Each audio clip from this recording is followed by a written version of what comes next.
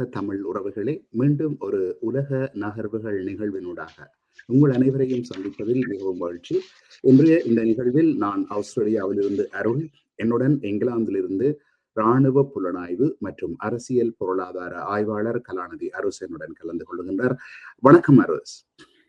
வணக்கம் அருள். இலக்கு நேயர்களுக்கு அன்பு கலந்த வணக்கம்.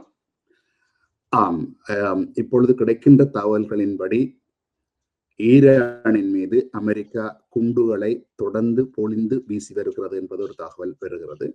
அதே நேரத்திலே ஈரான் கூறியிருக்கிறது ஹோர்மூஸ் நீரிணையை தாங்கள் மூடிவிட்டோம் என்று சொல்லி.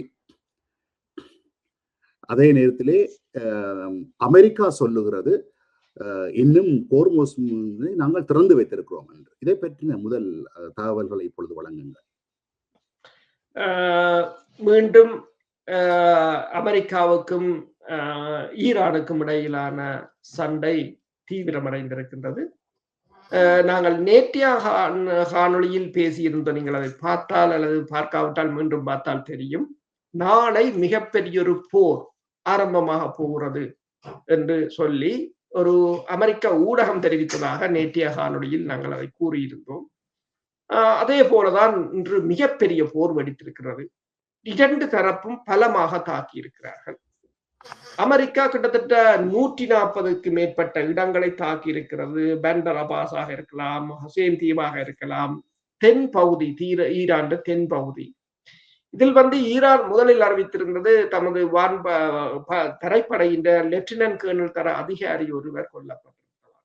வேறொரு சந்தர்ப்பத்தில் இன்னொருவர் கொல்லப்பட்டதாக ஈரான் கூறியிருந்தது. அதே சமயம் ஈரானும் கடுமையான தாக்குதல்களை நடத்தி இருக்கின்றது. ஜோர்டானையும் இந்த தடவை தாக்கி இருக்கின்றது, கட்டாரை தாக்கி இருக்கின்றது, ஓமானையும் தாக்கி இருக்கின்றது. அதே போல குவைத் மீது தாக்குதலை நடத்தி இருக்கின்றது. இதில் ஈரான் கதர், மற்றது இமாட், ஃபட்டாட் 110, மற்றது ஹேபார், ஷஹேன், சொல்ஃபகர்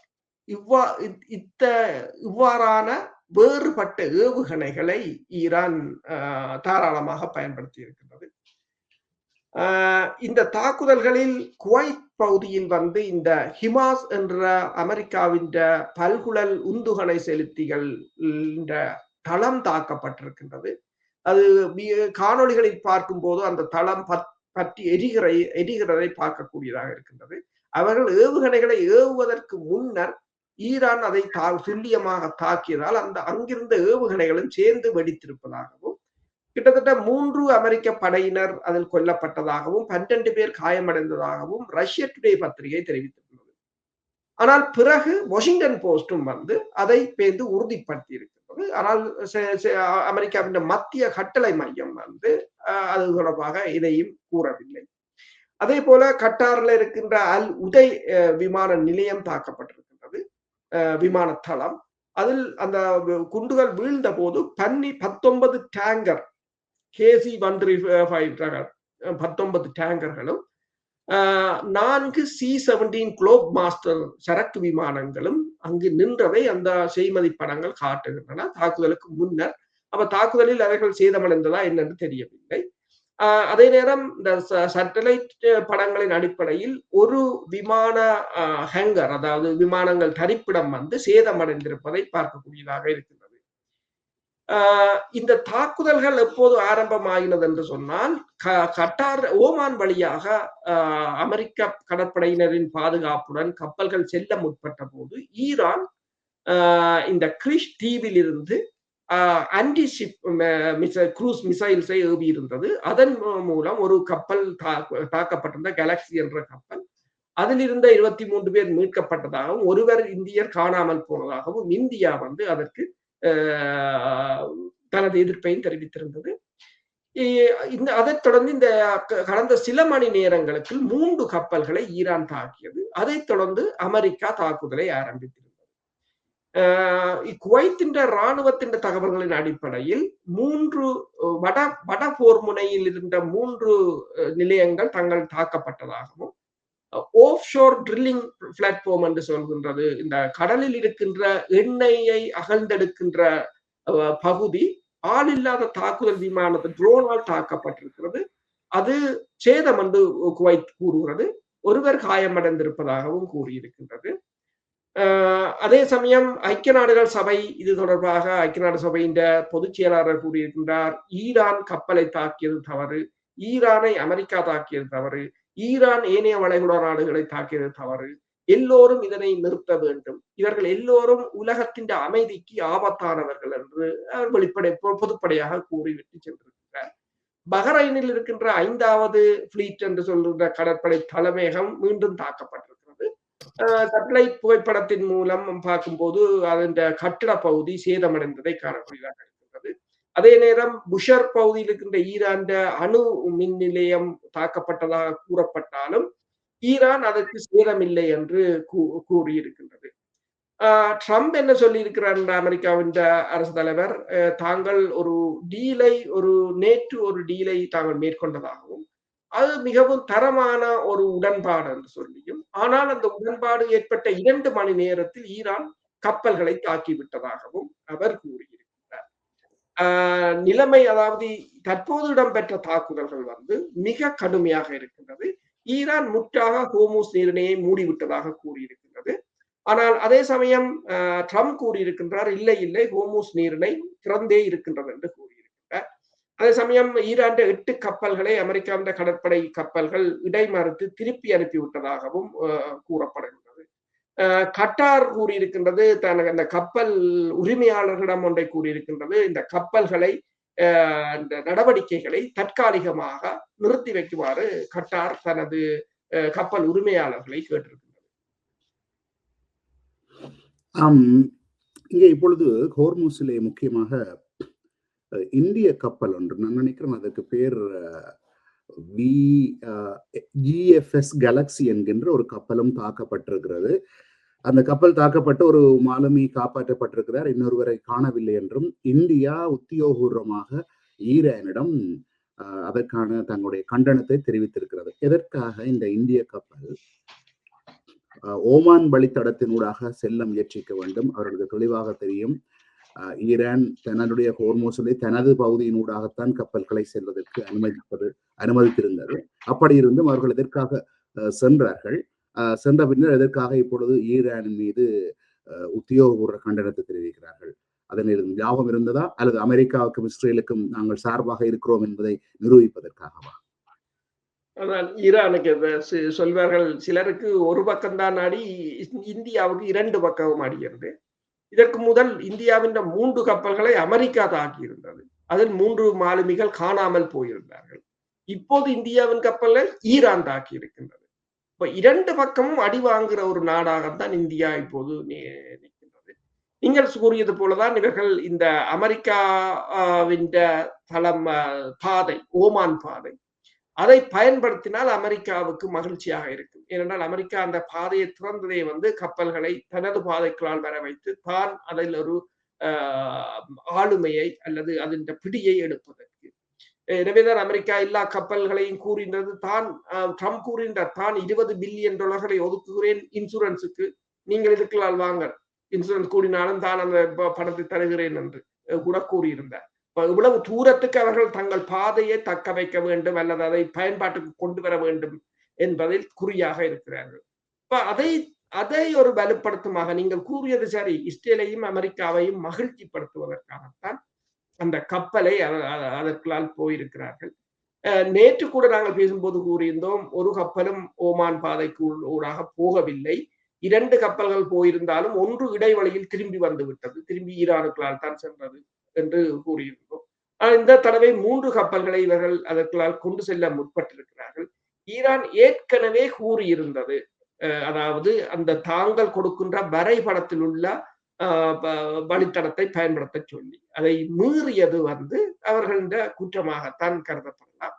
ஆனால் இப்போது வந்த தகவல்கள் அடிப்படையில் ஈரான் மீண்டும் கன்னி வெடிகளை பெருமளவில் ஹோர்முஸ் நீரிணையில் புதைப்பதாக இப்போது கூறியிருக்கிறார்கள். என்னும் போது முற்றாக இதை மூடுவதற்கான ஒரு நடவடிக்கையை ஈரான் மேற்கொண்டு வருவது போலதான் தெரிகிறது. ஏனென்றால் இந்த போர் மாறி மாறி நாங்கள் நேற்று பேசியது போல அதாவது கப்பல் பேச்சை நடத்துவது, கப்பலை அடிப்பது, திருப்பி அமெரிக்கா தாக்குவது, ஈரான் தாக்குவது, பேச்சுக்கு போகுது, திருப்பி அது அது ரொட்டேட் பண்ணும். அதே ஒரு நிலைமை. ஆனால் இந்த தடவை எல்லோரும் கூறுகிறார்கள் இந்த தாக்குதல் வந்து மிக மிக கடினமாக இருக்கும். அதாவது இதுவரை நடந்த தாக்குதல்களை விட, இப்ப நீங்கள் கூறியது போல கிட்டத்தட்ட ஈரானில் 140 இடங்களை அமெரிக்கா தாக்கியிருக்கிறது. அதில் பெருமளவான தகவல் கோபுரங்கள், ஈரான் ஏவுகணை மையங்கள், ஆளில் ட்ரோன்களை ஏவுகின்ற தளங்கள் என்று சொல்லி பெருமளவானவை தாக்கப்பட்டதாகும். அதே போல பதிலுக்கு பதில் ஈரானும் வந்து அந்த பிராந்தியத்தில் இருக்கின்ற அமெரிக்க தளங்களை தாக்க இருக்கின்றது. முதல் முறையாக ஈரான் வந்து குவைத் ஓமான் பகுதியில் இருந்த அமெரிக்க கடற்படை தளத்தை தாக்கி இருக்கின்றது. அந்த தளத்தில் வந்து விமானம் தாங்கி கப்பல்களுக்கு எரிபொருட்களை நிரப்புவதாகவும் அந்த இடம் தாக்கப்பட்டிருக்கின்றது. ஏனென்று சொன்னால் ஓமான் வந்து ஈரானுடனான இந்த பாதையை ஷேர் பண்ணுவதில் அல்லது இந்த ஹோமூஸை இணைந்து நிர்வகிப்பது என்று சொல்லி ஓமானுக்கும் ஈரானுக்கும் இடையில் ஏதோ ஒரு வகையில் ஒரு நட்புறவு இருந்திருந்தது. இருந்தாலும் இந்த தடவை ஈரான் அதையும் பார்க்கவில்லை என்றால் இந்த அல் ஜசீரா கூறியிருக்கின்றது ஈரான் வந்து இப்போது அந்த ஓமானை கூட அவர்கள் இனி அந்த போரில் வந்து அவர்களை கூட பார்ப்பதில்லை என்று முடிவெடுத்து விட்டார்கள் என்றுதான் அவர்கள் கூறியிருக்கிறார்கள். நாங்கள் நேற்று பேசும்போது கூட பேசியிருந்தோம் அல்லவா, ஈரானும் ஓமானும் பேச்சுவார்த்தை நடக்கின்றன, எவ்வாறு இந்த ஹோர்முஸ் நீரிணையை நாங்கள் இணைந்து நிர்வகிப்பது என்பது கூட. அப்பொழுது நான் இப்பொழுது காலையில செய்தியை பார்க்கின்ற பொழுது முதல் முறையாக ஓமான் மீதும் தாக்கல் நடத்தப்படுகின்ற பொழுது எனக்கு இந்த கேள்வி நீங்கள் இப்பொழுது சொன்னதனுடைய அர்த்தம் புரிந்தது. அதாவது ஓமானுடன் நல்ல உறவில் இருக்கிறார்கள், ஓமானுடன் பேச்சுவார்த்தை நடத்தி கொண்டிருக்கிறார்கள். தவிர்க்க முடியாத சூழ்நிலையால் ஓமானின் மீது எங்களுக்கு அவர்களுடைய கருத்து என்னவென்றால், ஓமானின் மீது எங்களுக்கு எந்த கோபமும் இல்லை, நீங்கள் அமெரிக்க தளத்தை வைத்திருந்தவரையால் அந்த இடத்துக்கு தாக்குவோம். சரி, நீங்கள் முன்னர் இருந்த இந்தியாவை பற்றி குறிப்பிடுகின்ற பொழுது இன்னொரு தகவலையும் நான் இங்கே பகிர விரும்புகிறேன். இந்தியா வந்து இன்றைக்கு அமெரிக்காவின் பக்கம் சார்ந்து நிற்பதற்கான முக்கிய காரணம் என்னவென்றால், அமெரிக்கா வரி விதிப்பிலே ஒரு கால் அளவுக்கு அதிகமான வரிகளை விதித்து பின்னர் ஒரு குறைத்து விட்டதாக டொனால்ட் ட்ரம்ப் அறிவித்திருந்தார். அமெரிக்கா பக்கம் நிற்காவிட்டால் இந்தியாவின் மீது விதிக்கப்படும் வரிகள் அதி உயர்வாக இருக்கும் என்றும் அதனால் இந்தியாவின் பொருளாதாரம் மிக பாதிக்கப்படும். குறிப்பாக பொருளாதார ரீதியான இறக்குமதிகள். அடுத்தது வந்து இந்த அநேகமாக இந்த அமெரிக்க நிறுவனங்கள்லாம் உலகளாவிய ரீதியிலே கோலோச்சுகின்ற நிறுவனங்கள். இந்தியர்கள் பல பேர் இந்த ஐடி துறையில் வேலை செய்வர்கள் எல்லாம் அந்த நிறுவனங்களுக்கு தான் வேலை செய்து கொண்டிருக்கிறார்கள். அதனால் தான் நாட்டுக்கு வருமானம் வருகிறது. அதுவும் ஒரு காரணமாக இருக்கக்கூடும். இதை பற்றி கொஞ்சம் நேர்களுக்கு தெளிவான விளக்கங்களை கொடுங்கள். என்னென்று சொன்னால் இந்தியா வந்து அமெரிக்காவில் இந்தியா அதிக அளவில் தங்கி இருக்கின்றது. இந்தியாவிடம் சொந்தமாக ஒரு இனோவேஷன் என்று சொல்றது, அவர்களிடம் சொந்தமாக ஒரு உற்பத்தியோ ஒரு மென்பொருட்களை உற்பத்தி செய்வதோ அந்த மார்க்கெட்டை கேப்சர் பண்ணுவதோ இல்லை. என்ன செய்கிறார்கள் என்று சொன்னால், வெளிநாடுகள் கண்டுபிடிக்கின்றவற்றை படித்து விட்டு அதற்கு வேலை செய்கிறார்கள். இப்ப கூகுள் தலைவராக சுந்தர் பிச்சை இருந்தாலும் அவர் ஒரு நிறுவனத்துக்கு தான் வேலை செய்கிறார்களே வழியே அது இந்தியாவின் தொழில்நுட்பமாக இருக்க போவதில்லை. இப்ப ChatGPT-யை உருவாக்கினார்கள், ஆனால் டீப்சீக் என்றதை சீனா வெளியிட்டது. அந்த அப்படி இருக்கிறார்கள். அந்த நிலைமை இந்தியாவிடம் இல்லை. நாங்கள் முதலே கூறியிருந்தோம், அதாவது இந்தியாவின் ரிசர்வ் பேங்க் என்றது அவர்களோட சென்ட்ரல் மத்திய வங்கி, அது இந்த கிளவுட் சிஸ்டத்தை கூட கூகுள், ஆப்பிள் போன்ற அந்த நிறுவனங்கள் எல்லாம் நிர்வகித்து வருகின்றன. அப்ப நீங்கள் யாருக்கு கொடுக்குறீங்கள், யாருக்கு வாங்குறீர்கள் என்றால் உங்களுக்கு தெரியும். இப்ப சீனா, ரஷ்யாவெல்லாம் அவங்க எல்லாம் வச்சுக்காங்க, ஏனென்றால் அது தெரியாது இவருக்கு. இது கூட அதை செக்வார்ட் சொல்வார்கள், ஆனால் வச்சிருக்கிறவன் அதை பார்க்கலாம், அதில் எந்த வித இதுவும் இல்லை. இப்ப இந்தியா அதை கூறுகிறது 2027 பிறகுதான் அதை ஒரு ப்ராஜெக்டை ஆரம்பிக்க போறாங்க. $2.2 பில்லியன் தங்களோட சொந்த கிளவுட் சிஸ்டத்தை செய்ய போகிறார்கள் என்ற. இப்ப இந்தியாவின் பொருளாதாரத்தை நீங்கள் பார்த்தீங்கன்னு சொன்னால், ஏற்றுமதித்துறை அமெரிக்காவுக்கு அதிகம். அடுத்தது அமெரிக்காவில் இருந்து வருகின்ற வருமானங்கள் அதிகம். இந்த H1B விசா சிஸ்டத்தை பார்த்தீங்கன்னு சொன்னால் பெருமளவான இந்தியர்கள் அதில் தான் போகிறார்கள் அமெரிக்காவுக்கு. அங்கு படிப்பவர்களுக்கு ஒரு ஆம்பிஷன் என்னன்னு சொன்னால் அமெரிக்காவுக்கு போய் செட்டில் ஆவதுதான் அவர்கள்ட்ட ஒரு கொள்கையாக இருக்கின்றது.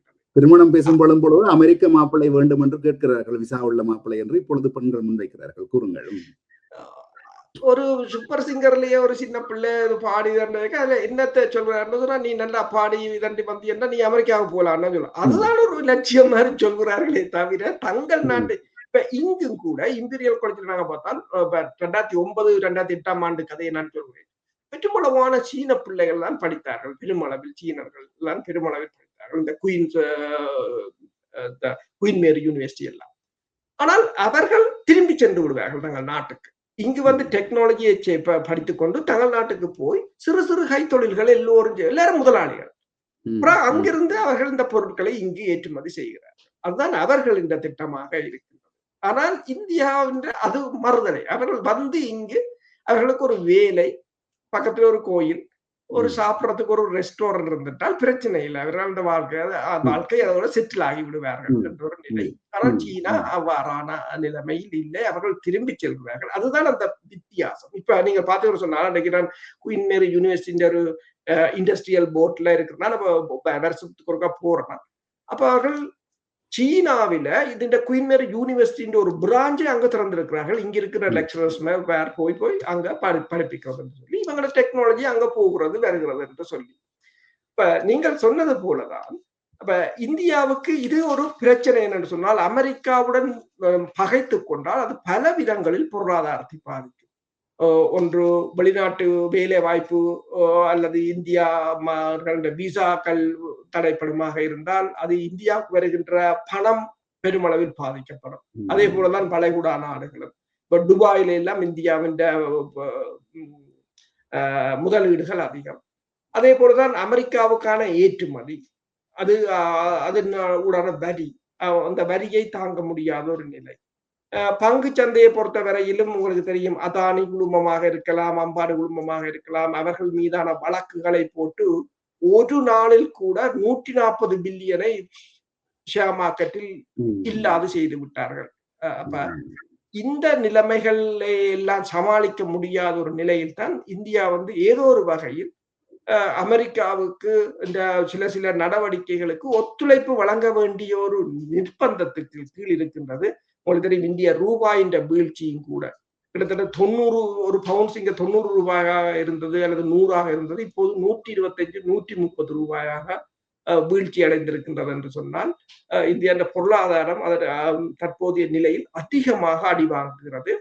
அதிலும் குறிப்பாக பார்த்தீங்கன்னு சொன்னால் இப்ப இந்த ஈரான் அமெரிக்காவுக்கு இடையிலான இந்த போர் வந்து அதிக அளவில் பாதிக்கப்பட்ட நாடாக இந்தியா இருக்கின்றது. ஆமா, அதோட இன்னொரு முக்கியமான விடயத்தையும் இங்கே கூறியாக வேண்டும். உலக விமானத்துறையிலே இப்பொழுது மிக வேகமாக வளர்ந்து வருவது இந்தியா. அதிலும் குறிப்பாக அந்த இண்டிகோ என்ற நிறுவனம் நிறைய புதிய விமானங்களை வாங்குவதும் புதிய வழித்தடங்களை உருவாக்குவதும் என்று இருக்கிறது. அவர்களுடைய பாதி விமானங்கள் போயிங் ரகத்தை சேர்ந்தவை. ஆகவே அந்த போயிங் என்பது அமெரிக்காவுடைய தயாரிப்பு. அதனாலும் அமெரிக்காவிலே ஏதாவது அமெரிக்கா முருகன்ல வருமா இருந்தால் போயிங் விமானத்துக்கான விலைகள், அதுக்கான பார்ட்ஸுகள் போன்ற அனைத்திலும் அந்த வரி விதிப்பு பாதிப்புகள் வரக்கூடும். சரி, இப்பொழுது நாங்கள் மீண்டும் வருவோம். இந்த ஈரானுக்கும் அமெரிக்காவுக்கும் இடையில இப்ப நடந்து கொண்டிருக்கின்ற இந்த மோதலின் நிரந்தரமான ஒரு யுத்தமாக மாறுவதற்கான சந்தர்ப்பம் இருக்கிறதா, அல்லது இரண்டு தரப்புக்கும் மீண்டும் ஒரு சமாதான நிலைமைக்கு வந்து இந்த ஹோர்மோஸிலே ஒரு ஒரு ஒரு ஒரு அமைதியான ஒரு சூழ்நிலையை ஏற்படுத்தி இதனை சுமூகமாக கொண்டு செல்ல வேண்டிய தேவை இருக்கிறதா? அதை ஒரு விளக்கப்படுத்துங்க. ஈரான் வந்து இதில் எந்தவித விட்டுக் கொடுப்பையும் ஈரான் மேற்கொள்ள போவதில்லை என்பதைத்தான் ஈரான் தாக்குதல்கள் தெளிவாக காட்டுகின்றன. இது தொடர்பாக இப்ப ஆய்வாளர்கள் கூறுகின்ற கருத்து என்னென்று சொன்னால், அதாவது ஓல் இஸ்ரேல் நியூஸ் என்ற ஆய்வாளர், அவர் அமெரிக்காவுக்கு சார்பாகத்தான் பேசியிருப்பார். என்ற ஆசிரியர் வந்து ஜோயல் ரொசன்பர்க், அவர் என்ன கூறியிருக்கிறார் என்று சொன்னால், குவைத்தில் உள்ள அமெரிக்காவின் ACMS ஏவுகணை தளம் அமைப்புகள் மீது ஈரான் நடத்திய தாக்குதல் வந்து ஒரு சாதாரண தாக்குதலாக நாங்கள் கடந்து செல்ல முடியாது என்று சொல்லியும், அதற்கு அவர் என்ன விளக்கத்தை கொடுக்கிறார் என்று சொன்னால், இந்த தாக்குதல் வந்து ஹார்முஸ் நீரிணைக்கும் அப்பாற்பட்டது என்று சொல்லியும், ஈரானின் தெற்கு கடற்கரை முழுவதும் ஒரே நேரத்தில் அமெரிக்கா ஒரு மிகப்பெரிய தாக்குதலை மேற்கொண்டிருந்ததாகவும், அதாவது அமெரிக்காவின் இடைத்தேர்தலுக்கு முன்பு ஈரான் வேண்டுமென்றே ட்ரம்பை அரசியல் ரீதியாக அழிக்க முயற்சிக்கிறது என்றும், எண்ணெய் விலைகளை உயர்த்தி சந்தைகளை வீழ்ச்சியடைய செய்து நவம்பரில் குடியரசுக் கட்சியினருக்கு ஒரு தோல்வியை கொடுக்கும் ஒரு பதற்றத்தை அதிகரிப்பதற்கு அவரை ட்ரம்பை வேண்டுமென்றே பதற்றத்துக்குள் உள்ளாக்குவதாகவும் அவர் கூறியிருக்கிறார். புரிந்துணர்வு ஒப்பந்தம் குறித்து ட்ரம்பின் தாராள மனப்பான்மை ஒரு மூலோபாய தவறு என்றும், ஈரான் ஒவ்வொரு சலுகையையும் தனக்கு சாதகமாக பயன்படுத்தி கொண்டு ட்ரம்புக்கு போரிடும் தைரியம் இல்லை என்ற ஒரு தீர்மானத்துக்கு வந்திருப்பதாகவும், ஈரானிடம் 11 அணுக்குண்டுகளுக்கு தேவையான அளவு யுரேனியம் இருப்பதாக ஈரான் அதிகாரிகள் ட்ரம்பின் தூதர்களான விட்கோஃப் மற்றும் குஷ்னரிடம் நேரடியாகவே தெரிவித்ததாகவும் கூறுகின்றது. அதாவது ஈரான் மேலும் துணிச்சல் அடைவதற்கு முன்பு ட்ரம்ப் இப்போது உள்ளது போல மிக கடுமையான தாக்குதலை நடத்த வேண்டும் என்று கூறியிருக்கிறார். ஆனால் அதே சமயம் இன்னொரு ஆய்வாளர் என்ன கூறுகிறார் என்று சொன்னால், இது அமெரிக்காவுக்கு மூலோபாய ரீதியாக கடும் தோல்வி என்றும், குவைத்திலுள்ள ATACMS அமைப்புகளை ஈரான் தாக்கியது அமெரிக்கா ஈரானின் தெற்கு கடற்கரையில் தாக்கியதற்கு ஆன பதிலடி என்று மேஜர் ஜெனரல் ரெண்டி மேனர் அவர் ஓய்வு பெற்றவர் அவர் கூறியிருக்கிறார். அதாவது கோமூஸ் மோதல் குறித்து அவரது மதிப்பீடு என்னென்று சொன்னால், இந்த சென்ட்காம் என்ற மத்திய கட்டளை மையத்தின் தகவல்களின் அடிப்படையில் தற்போது வாரத்துக்கு 140 கப்பல்கள் நீர்வழி பாதையை கடந்து செல்கின்றன. ஆனால் போருக்கு முன்பு ஒரு நாளைக்குத்தான் 140 கப்பல்கள் செல்கின்றன. ட்ரம்ப் கூறுகிறார் இந்த நீரிணை எப்போதும் திறந்திருக்கிறது என்று கூறுகிறார். ஆனால் ஈரான் கூறுகிறது அது மூடப்பட்டிருக்கிறது என்று கூறுகிறது. புரிந்துணர்வு ஒப்பந்தம் மற்றும் பேச்சுவார்த்தைகள் குறித்து அவர் அதே அளவு வெளிப்படையாக பேசினார் என்று சொல்லி, நிர்வாகத்திடம் அதன் முதன்மை குழு அங்கு இல்லை என்றும், உண்மையில் அவர்களிடம் ஒரு சிறந்த குழுவே இல்லை என்று சொல்லியும், அதாவது ட்ரம்பிடம் அந்த நிர்வாகத்தை அந்த பேச்சுவார்த்தையோ அதை கொண்டு நிர்வகிப்பதற்கோ ஒரு திறமான குழு இல்லை என்று சொல்லியும், அதுக்கு அப்பால் ட்ரம்பிடம் எந்த இராணுவ தீர்வையும் காணுவதற்கான ஏது நிலைகளும் இல்லை என்று சொல்லியும், நம்பகரமான ராஜதந்திர வழிமுறைகளையும் அவர்களிடம் ட்ரம்பிடம் இல்லை என்று சொல்லியும், இது எப்படி முடியும் என்பது குறித்து அவர் என்ன கூறுகிறார் என்று சொன்னால், ட்ரம்ப் ஈரானுக்கு பில்லியன் கணக்கில் பணத்தை செலுத்தி ஹோர்முஸ் நீரிணையின் தங்களின் பக்கத்தை ஈரான் நிர்வகிப்பதை அமைதியாக ஏற்றுக்கொள்வதை தவிர வேறு வழி இல்லை என்றும் கூறியிருக்கின்றார். அதாவது இந்த விவகாரம் இது ஒரு பழைய சோவியத் அணுகுமுறையை போலவே இருக்கிறது என்று சொல்லியும், அதாவது இந்த நிலைமை ஈரானுக்கு பெருமளவில் சாதகமாக இருக்கின்றது என்று சொல்லியும், அமெரிக்கா இவ்வாறு விட்டு விட்டு தாக்குதல்களை நடத்தலாமே தவிர அமெரிக்காவோ ஈரானோ ஒரு முழு அளவிலான போருக்குள் செல்வதற்கான ஏது நிலைகள் குறைவாக இருப்பதாகத்தான் கூறியிருக்கிறார். அதே போலதான் இப்ப பாத்தீங்கன்னு சொன்னால், இன்று அவர்கள் கப்பலை தாக்குவார்கள், இவர்கள் மீண்டும் தாக்குவார்கள். ஆனால் இது ஏதோ ஒரு வகையில் முடிவுக்கு வர வேண்டும். ஆனால் ஈரான் இப்போது என்ன கூறியிருக்கிறது என்று சொன்னால், தாங்கள் நிரந்தரமாக இதை மூடப்போகிறோம் என்று கூறியிருக்கின்றது இந்த ஹோர்முஸ் நீரிணை. இனி நாளை திங்கட்கிழமை தெரியும் இந்த எரிபொருள் விலைகள் அது தொடர்பாக. செங்கடலும் மூடப்படுமாக இருந்தால் நிலைமை மேலும் விபரீதமாக மாறும். இந்த இடத்திலே முக்கியமாக நேற்று ஹிட் லிஸ்ட் என்று சொல்லி, அதாவது பல உலக நாடுகளின் பத்திரிகைகளிலே, குறிப்பாக இந்த நான் காலையில் எழும்பி பார்த்தேன், ஆஸ்திரேலியாவில் உள்ள news.com.au ஹிட் லிஸ்ட் என்று சொல்லி, அதாவது இப்போது உள்ள ஈரானுடைய தலைவர் அன்றைய உரையாற்றும் பொழுது கூறியிருந்தார், நாங்கள் பழிக்கு பழி வாங்குவோம் எங்கள் தலைவரை கொண்டதற்காக. அதனை ஊதி பெருப்பித்து டொனால்ட் ட்ரம்பினுடைய படத்தையும் மேலும் பலரது முகம் தெரியாத படங்களையும் போட்டு ஈரான் ஒரு ஹிட் லிஸ்ட் வைத்திருக்கிறது, இவ்வளவு பேரையும் கொல்ல போகிறது என்று பெரிய செய்தியாக போட்டிருக்கிறார்கள். அவர்கள் ஈரானுக்குள் புகுந்து அவர்கள் தலைவரை கொன்றது ஒன்றும் குற்றமாக பார்க்கப்படவில்லை. ஈரான் அதுக்கு பழிவாங்குவோம் என்றவுடன் அது உலகத்தில் தலைவர்களை கொல்ல போகிறார்கள் என்ற ஹிட் லிஸ்ட் என்ற பெயரிலே அது வந்திருக்கிறது. அந்த செய்தியை நீங்களும் பார்த்திருப்பீர்கள் நினைக்கிறேன். உண்மைதான். அதாவது இப்போது சேனல் 12 என்ற இஸ்ரேலின் ஊடகம் தெரிவித்திருக்கிறது, துருக்கியில் வைத்து டொனால்ட் ட்ரம்பை படுகொலை செய்ய முற்பட்டதாகவும், அதற்கான சதித்திட்டங்கள் தீட்டப்பட்டதாகவும், அதனை இஸ்ரேலின் புலனாய்வுத்துறை கண்டறிந்ததாகவும் கூறியிருக்கிறது.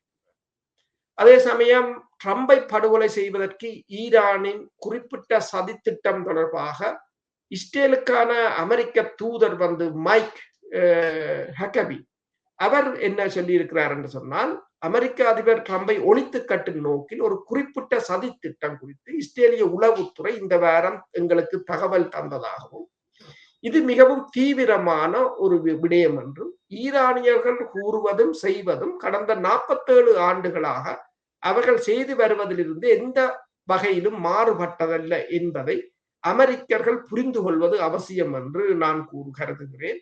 அமெரிக்கா அழியட்டும், அதாவது டெத் டு அமெரிக்கா என்று என்பது அவர்களின் நீண்ட காலமாக பயன்படுத்தி வரும் முழக்கமாகும் என்றும், சுருக்கமாக சொன்னால் அவர்கள் மாறவில்லை, அவர்கள் மாறுவார்கள் என்று நான் நம்புகிறேன். அதைத்தான் நான் நம்பவும் விரும்புகிறேன். அவர்களின் தீய நடத்தையை மாற்றிக்கொள்ள யாரேனும் ஒருவரால் அவர்களை சம்மதிக்க வைக்க முடியும் என்றால் அது அதிபர் ட்ரம்பால் மட்டுமே முடியும் என்று தெரிவித்தார். இவர் தெரிவித்த கருத்து, அதாவது இஸ்ரேலுக்கான அமெரிக்க தூதுவர், இஸ்ரேலின் புலனாய்வுத்துறை எல்லாவற்றையும் நீங்கள் பார்க்கும் போது இது அவர்களே வேண்டும் என்று இவ்வாறான ஒரு புனைகதைகளை முடிகிறார்கள். என்னென்று சொன்னால், முதலில் ஒருவர் மீது தாக்குதலை நடத்துவதற்கு முன்னர் இந்த கேரக்டர் அசாசினேஷன் என்று சொல்றது, அவர்களின் தொடர்பான ஒரு தவறான தகவல்களை பரப்பிவிட்டு தாக்குதலை நடத்துவது. இது ஈரானோ ரஷ்யாவோ அவர்கள் தான் இதில் மிக அவதானமாக இருக்க வேண்டிய ஒரு நேரமாக இருக்கு. நல்லது. நாங்கள் இப்பொழுது முதல்ல நாங்கள் ரஷ்யா உக்ரைன் போரை பற்றி கொஞ்சம் பார்ப்போம். ஏனென்றால் மிக மோசமான தாக்குதல்கள் மாறி மாறி நடைபெறுகின்றன. உக்ரைனிலும் பல இடங்களை ரஷ்யாவினுடைய ஏவுகணைகள் தாக்கி அழித்திருக்கின்றன. பதிலுக்கு பதில் உக்ரைனும் ரஷ்யாவிலே குறிப்பாக அந்த எண்ணெய் சப்ளை, எண்ணெய் சுத்திகரிப்பு இந்த இடங்களை தாக்கி கொண்டிருப்பதனால் பல அழிவுகள் வந்திருப்பது மாத்திரமல்ல, ரஷ்யாவிலே எண்ணெய் உற்பத்தி செய்கிற நாட்டிலேயே எண்ணெய்க்கு தட்டுப்பாடாக மக்கள் வரிசையில் இருக்கிறார்கள். அவருடைய ஏற்றுமதியும் பாதிக்கப்படுகிறது. அதே நேரத்திலே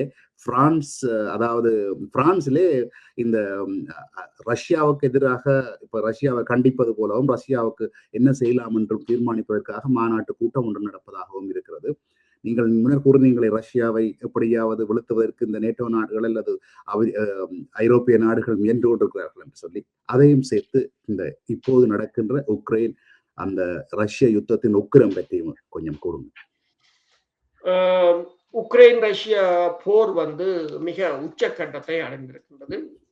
நீங்கள் கூறியது போலதான் ரஷ்யாவின் பெருமளவான எண்ணெய் சுத்திகரிப்பு நிலையங்கள், எரிபொருள் தாங்கிகள் எல்லாம் அழிக்கப்பட்டிருக்கின்றன அல்லது சேதமடைந்திருக்கின்றன.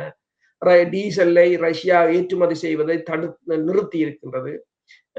உள்ளூரில் கூட பல இடங்களில் எரிபொருட்களுக்கு வாகனங்கள் வரிசையில் நிற்பதை காணக்கூடியதாக இருக்கின்றது. அதே சமயம் கருங்கடல் பகுதியில் இருக்கின்ற ஷடோ ஃபிளீட் என்ற கப்பல்களை பலவற்றை உக்ரைன் தாக்கி இருக்கின்றது. அதற்கு பதிலடியாக இன்று ஒடிசா பகுதியில் இருந்த கப்பலை வந்து ரஷ்யா தாக்கி அளித்திருக்கின்றது. அது அந்த கப்பலை வந்து ஈரான் வந்து மன்னிக்கவும் உக்ரைன் வந்து ட்ரோன்களுடைய ஏவுதளமாக பயன்படுத்தியதாக கூறியிருக்கிறது. நேற்று இடம்பெற்ற தாக்குதல்களில் நேட்டோ தளபதிகள் தங்கியிருந்த விடுதி, ஆடம்பர விடுதி ஒன்று முற்றாக தகர்க்கப்பட்டதாக ரஷ்யா தெரிவித்திருக்கின்றது. அதே போல ட்ரோன்களை செய்யும் உற்பத்தி நிலையங்களும் தாக்கப்பட்டிருக்கின்றன.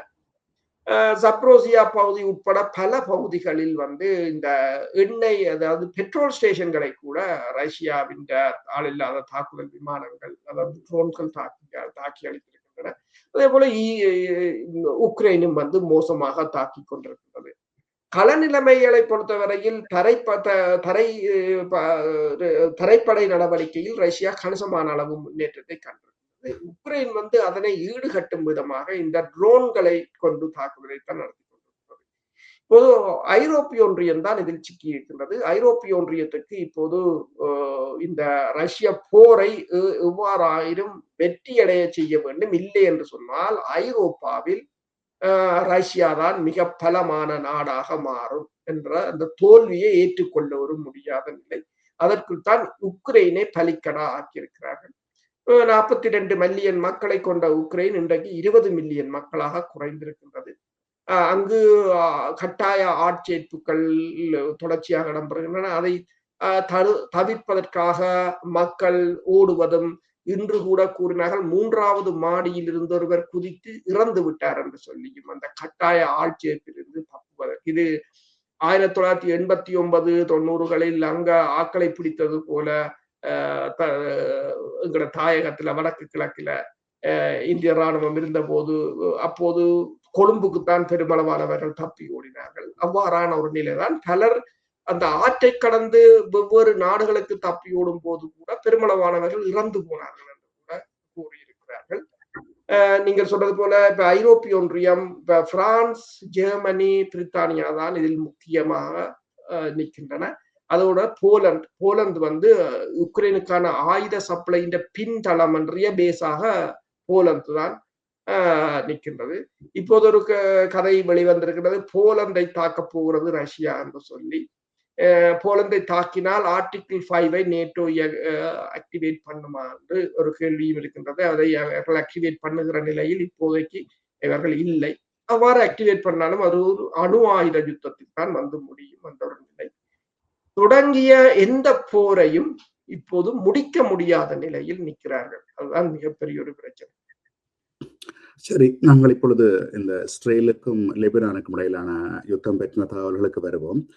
இந்த போஃபோர்ட் காசலை பற்றி முன்பு பேசி இருக்கிறோம். அதாவது நீண்ட காலத்தின் பின்னர் இஸ்ரேல் அது ஒரு உச்சி பகுதியான ஒரு மலை உச்சி பகுதி 2 பகுதிக்கு முக்கியமானதை கைப்பற்றி இருந்தார்கள். நேற்றைய தகவல்களின்படி அதற்கு அருகிலே உள்ள ஹிஸ்புல்லாக்களின் நிலக்கீழ் பங்கர்களை தாங்கள் கைப்பற்றி இருப்பதாகவும், அதுக்குள்ளே நிறைய ஹிஸ்புல்லாக்களின் முக்கிய தலைவர்களும் அதுக்குள்ளே அகப்பட்டிருப்பதாகவும், அதனால் ஹிஸ்புல்லாவின் தாக்குதல்கள் குறைந்திருப்பதாகவும் அந்த செய்தியை படித்தேன். அதோட இன்னொரு செய்தியையும் படித்தேன். இந்த டயர் என்ற பகுதியை பற்றி முன்னர் முதல்வரை பேசியிருந்தோம். அந்த பகுதியிலே அது ஒரு அழகியல் நிறைந்த வரலாற்று சிறப்புமிக்க புராதன இடங்களை கொண்ட நகரம். அந்த நகரத்தில் உள்ள புராதன சின்னங்கள் அழிக்கப்படுவதாகவும், அந்த பகுதியை அழிப்பதை இஸ்ரேல் செய்வது வருவதாகவும் தகவல் கிடைத்தன. அதை பற்றின தகவல்களை கொஞ்சம் வழங்குங்கள் நேயர்களே. ஹிஸ்புல்லாக்கள் அந்த நீங்கள் கூறியது போல நிலக்கு பதுங்கு குழிகளை பங்கபர்ஸ்டர் குண்டுகள் மூலம் வீசியிருந்தார்கள். அது தொடர்ச்சியான பதுங்கு குழிகளில் ஒரு பக்கத்தை அந்த குண்டுகளை வீசி தகர்த்து விட்டு மறுபக்கத்தை கைப்பற்றி இருப்பதாகவும், அதற்கு தங்கள் படைகள் ஊடுருவியிருப்பதாகவும் கூறியிருக்கிறார்கள். ஹிஸ்புல்லாக்கள் அது தொடர்பாக எந்த கருத்தையும் வெளியிடவில்லை. ஆனால் நீங்கள் சொன்னது போல இந்த ஈரானுக்கும் அமெரிக்காவுக்கும் இடையிலான பேச்சுவார்த்தைகளுக்கு பிறகு இஸ்ரேல் வந்து அந்த கண்மூடித்தனமான விமான குண்டு வீச்சை நிறுத்தின அதே சமயம் ஹிஸ்புல்லாக்கள் தாக்குதல்கள் ஓரளவு ஓய்வு நிலையில் இருப்பதாகத்தான் பார்க்கக்கூடிய, குறைந்திருப்பதை காணக்கூடியதாக இருக்கின்றது. முன்னே போல இல்லை. ஆனால் ஹிஸ்புல்லாக்கள் மீதான தாக்குதலில் கட்டளை தளபதிகள் இறந்ததாகவும் கூறினார்கள். ஹிஸ்புல்லாக்கள் அதை உறுதிப்படுத்தவில்லை. இன்றும் வந்து அங்கு குண்டு வீச்சுக்கள் இடம்பெற்றிருக்கின்றன. அது மட்டுமல்லாது காசா மீதும் இன்று மேற்கொள்ளப்பட்ட தாக்குதலில் 4 பேர் கொல்லப்பட்டதாக கூறப்பட்டிருக்கிறது. இந்த டயர் பகுதியை வந்து அவர்கள் இப்போது முற்றாக கைப்பற்ற நடவடிக்கையை தான் இஸ்ரேல் இறங்க. முதல் அந்த பகுதியை குண்டு வீசி இருந்தார்கள். இப்போது அதனை கைப்பற்றுவதற்காக இஸ்ரேலின் பாதுகாப்பு அமைச்சர் கூறுகிறார் என்று சொன்னால், லெபனான் போரை பொறுத்தவரையில் அங்கு போர் செய்ய வேண்டுமா, அதை கைப்பற்ற வேண்டுமா, அதை விட்டு வெளியேற வேண்டுமா, அதில் என்ன செய்ய வேண்டும் என்பதை தாங்கள் தான் தீர்மானிப்போம், யாரும் அதற்குள் தலையிடக்கூடாது என்பதைத்தான் அவர்கள் சொல்கிறார்கள். என்று சொன்னால் பலம் மிக்க பகுதிகள், தங்களுக்கு பூகோள அரசியல் ரீதியாக கேந்திர முக்கியத்துவம் வாய்ந்த பகுதிகள் எல்லாவற்றையும் ஒன்றொன்றாக கணிப்பிட்டு அவற்றை மெல்ல மெல்ல கையகப்படுத்திக் கொண்டு வருகின்றார்கள். அதற்கு இந்த இராணுவ நடவடிக்கையையும் தங்கள் பாதுகாப்பையும் ஒரு கேடயமாக பயன்படுத்துகிறார். நல்லது. இந்த வரலாற்றை பற்றி சொன்ன பொழுது பலர் இந்த வரலாற்றை விரும்பி கொமெண்ட்ல போட்டிருந்தார்கள். நான் ஒரு சிறிய வரலாற்றை சுருக்கமாக கூறி வைக்க விரும்புகிறேன். இந்த லெபனான் என்கிறது ஒரு சபிக்கப்பட்ட நாடு. பட்டகாலிலே படும் கெட்டகுடியே கெடும் என்று சொல்லுவார்கள் என்பது போல காலம் முழுக்க இந்த ஆக்கிரமிப்பாளர்களாலும் யுத்தங்களாலும் பாதிக்கப்பட்ட நாடு இன்னும் பாதிக்கப்பட்டு கொண்டிருக்கிறது. நான் முன்னர் குறிப்பிட்ட நான் நேற்றைய முன்தினம் நினைக்கிறேன் ஈரானை கிறிஸ்துக்கு முன் 300வது நூற்றாண்டிலே அலெக்சாண்டர், நான் அது நெப்போலியன் என்று மாற சொல்லணும் கூட தெரியல, அலெக்சாண்டர் வந்து கைப்பற்றி அதை அழித்தார் என்பது போல அதே அலெக்சாண்டரும் இதே கால பகுதியிலே இந்த லெபனானை கைப்பற்றி கிட்டத்தட்ட அதை அழிப்பதற்கு ஒரு பெரிய முயற்சி எடுத்தார். அப்பொழுதுதான் இந்த டயர் என்ற ஊருக்கு ஒரு பெயர் இருக்கிறது. டயர் என்ற பகுதியிலே ஒரு கோட்டை இருக்கிறது, கடல் கோட்டை ஒன்று. அது மிக பலமாக கட்டப்பட்ட கோட்டை, யாரும் அதை நெருங்க முடியாத அந்த கோட்டை. அதனை கைப்பற்றுவதற்காக அலெக்சாண்டரின் படைகள் 3/4 கிலோமீட்டர் ஒரு கிலோமீட்டர் வரையான பாலம் ஒன்றை அமைத்து அந்த பாலத்தின் ஊடாக மிக கடினப்பட்டுத்தான் அந்த கோட்டையை கைப்பற்றினார்கள். கைப்பற்றிய அன்று நடந்த ஒரு மிக பெரும் அழிவிலே 8000 பேர் கொல்லப்பட்டார்கள் லெபனானை சேர்ந்தவர்கள். பின்னர் சரணடைந்த அல்ல கைப்பற்றப்பட்ட 2000 பேர் சிலுவைகளில் அறைந்து கொல்லுமாறு அலெக்சாண்டர் உத்தரவிட்டார் என்ற தகவல் இருக்கிறது. கிட்டத்தட்ட அந்த 2 நாளிலே 10,000 பேர் கொல்லப்பட்டார்கள். பின்னர் இந்த 75ஆம் ஆண்டுக்கும் 90ஆம் ஆண்டுக்கும் அண்மை கால இது 75ஆம் ஆண்டுக்கும் 90ஆம் ஆண்டுக்கும் இடையில இந்த கிறிஸ்தவர்கள் இஸ்லாமியர் பிரச்சனையிலேயே கூட கிட்டத்தட்ட 1,75,000 பேர் வரையில அதுல இறந்ததாக, 1,50,000 இருக்கும் 75,000 பேர் இறந்ததாக தகவல் இருக்கிறது. எனக்கு ஒரு சின்ன வரலாறு கூற முடியும். ஆஸ்திரேலியா வந்து அந்த காலப்பகுதியிலே லெபனானை சேர்ந்த கிறிஸ்தவர்களை இங்கே அகதிகளாக நிறைய உள்வாங்கியது. அந்த நிறைய அவர்கள் இங்கே இருக்கிறார்கள். அதே போல பின்னர் இந்த பலஸ்தீன விடுதலை இயக்கம் அரபாத் அவர்களின் தலைமையிலே இந்த பலஸ்தீன விடுதலை இயக்கம் கூட இந்த லெபனானை மையம் கொண்டிருந்ததனால் அதனால் கூட இஸ்ரேல் அதன் மீது யுத்தம் புரிந்தது. இவ்வாறு காலம் முழுக்க இப்பொழுதும் பாருங்கள் மீண்டும் இந்த இஸ்ரேலால் தாக்கப்படும் நாடாக இருக்கிறது. இந்த வரலாற்றை நான் ஒரு மக்களுக்கு சொல்வதற்காக, அதாவது ஒரு நாடு திருப்ப திருப்ப திருப்ப வேறு ஆட்களாலையும் கைப்பற்றப்படுவதும் தாக்கப்படுவதும், ஏன் நெப்போலியன் கூட இந்த நாட்டை கைப்பற்ற வந்த பொழுது அப்பொழுது அவர்கள் ஒட்டமான பேரரசு என்கின்ற இப்போதைய துருக்கி நாட்டின் ஆட்சிக்குள் தான் இருந்திருக்கிறார்கள். ஆனால் அப்பொழுது போர் எதுவும் நடவதில்லை. துருக்கிய படைகள் சரணடைந்து அந்த நாட்டிலே சண்டை வேண்டாம் என்று சரணடைந்தது. இல்லை என்றால் அதிலும் ஒரு போர் இரத்த களரி ஏற்பட்டிருக்கும். இப்படி ஒரு வரலாற்றை நான் சுருக்கமாக சொல்லி முடிக்கிறேன். இத்துடன் இந்த நிகழ்ச்சியை நிறைவு செய்து கொள்ளுகிறோம். மீண்டும் ஒரு நிகழ்ச்சியில் உங்கள் அனைவரையும் சந்திக்கும் வரை உங்களிடமிருந்து விடைபெறுகின்றோம். நன்றி, வணக்கம். நன்றி, வணக்கம்.